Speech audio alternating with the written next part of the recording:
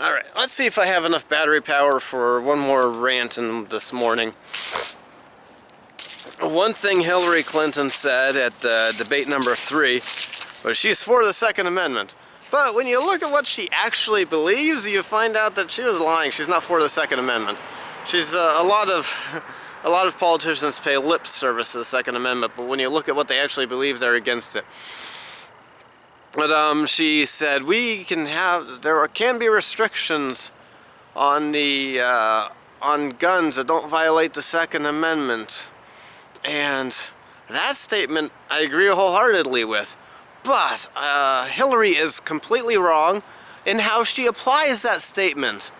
If you ask her for specifics, she's going to start listing things that are not a legitimate restriction on guns, or not a constitutional restriction on guns. But let's be honest about the situation we already have in the United States of America. We're not a place with chaos or anarchy when it comes to gun laws. In America, you may not engage in business of guns without being licensed and registered.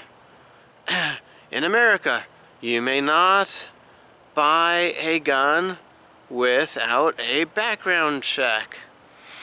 If you're doing a private sale from somebody who is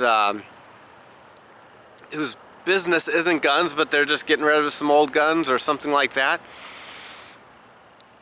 then you don't have to do a background check by federal law, but you can't go across state lines with that gun. So you're limited to selling in state, and if that gun that somebody's getting rid of crosses state lines, it has to go through a background check. In some states, the state I live in, there are no legal private sales. Every transfer has to go through a background check.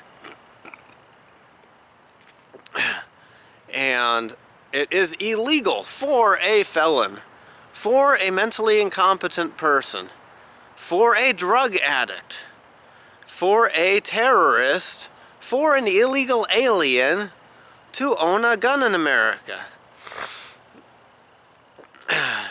So it's already illegal for those people that are a risk to have a gun.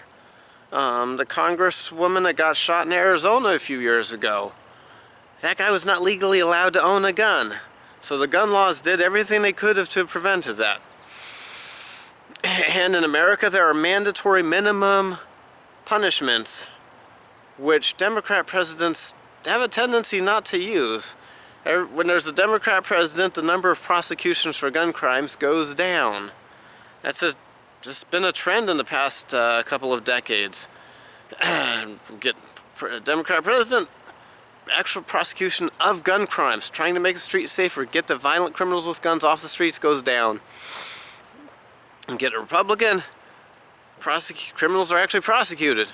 Get another Democrat, prosecutions go down. And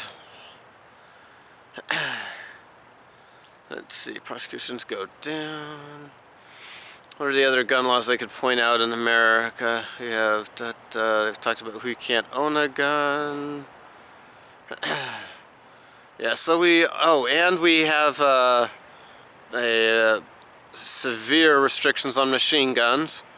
Since 1986, you've not been allowed to build a brand new machine gun for the private market. And since 1934, every machine gun has been required to be registered, and to own the machine gun, you have to be registered and go through extra background checks. You're not guaranteed to get it. And suppressors, same thing. Short-barreled rifles, sawed-off shotguns, same thing. You have to go through all those steps.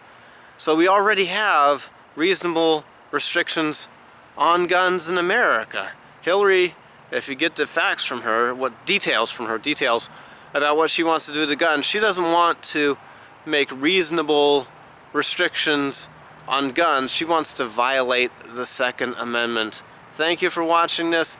You have a good day.